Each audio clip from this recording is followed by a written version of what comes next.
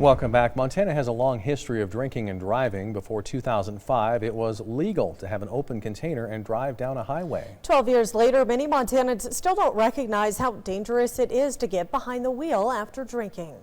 MTN's Mackenzie Frost looks at where the problem stems from and what can be done to change the DUI culture in a special report. Statewide extradition only. Have you been drinking tonight? Words any drunk driver dreads hearing. Been woven into our DNA almost as Montanans. Driving after drinking is an issue Montana has faced for decades, and Attorney General Tim Fox believes people have grown accustomed to it. People having grown up with it, people, having parents and grandparents that may have done it. It wasn't until 2005 when then Governor Brian Schweitzer signed a bill making driving with an open container illegal. While this law attempted to start a cultural shift, some people still don't recognize the dangers. Either don't see anything wrong with drinking and driving, or they've just become so used to it. The Montana Highway Patrol says not allowing road beers didn't stop the problem. We're not talking about prohibition or eliminating alcohol. We're talking about the responsible use of that, particularly in the driving arena. But that's a cultural shift in Montana because, this is a hard-working, hard-drinking state, and that sort of has defined us through the years. As of February 14th, 10 people have died on Montana's roads. 5 have been a result of impaired driving. 2015 data from the Montana Department of Transportation shows 118 fatal crashes in the state involved an impaired driver. That's entirely preventable. Montana's drinking and driving laws have evolved over the years.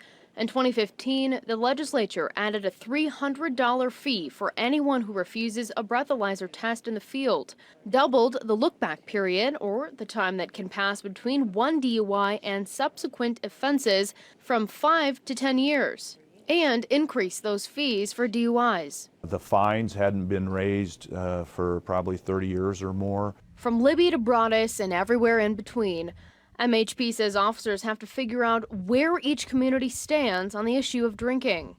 And it's a challenge to not only understand that, but to make incremental steps towards changing that culture because each community looks at it differently.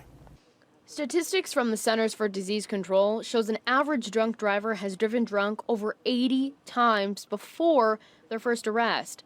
In Montana, the 4th DUI conviction is a felony, meaning for every person who gets a felony, on average, they drove drunk 320 times. That's pretty alarming. With facts like that hanging over Montanans, it's evident something needs to change to spark a cultural overhaul.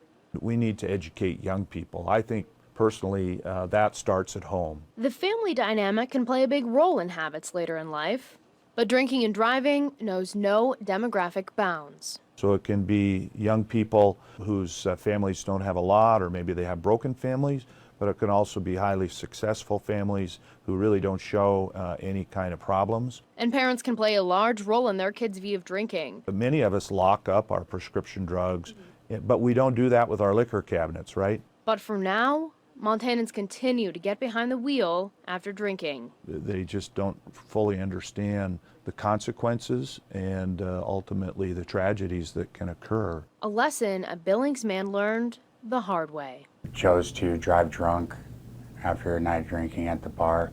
I drove recklessly over 80 miles per hour through city streets in Billings, lost control of the vehicle and slammed into a building, and Jack was ejected and killed.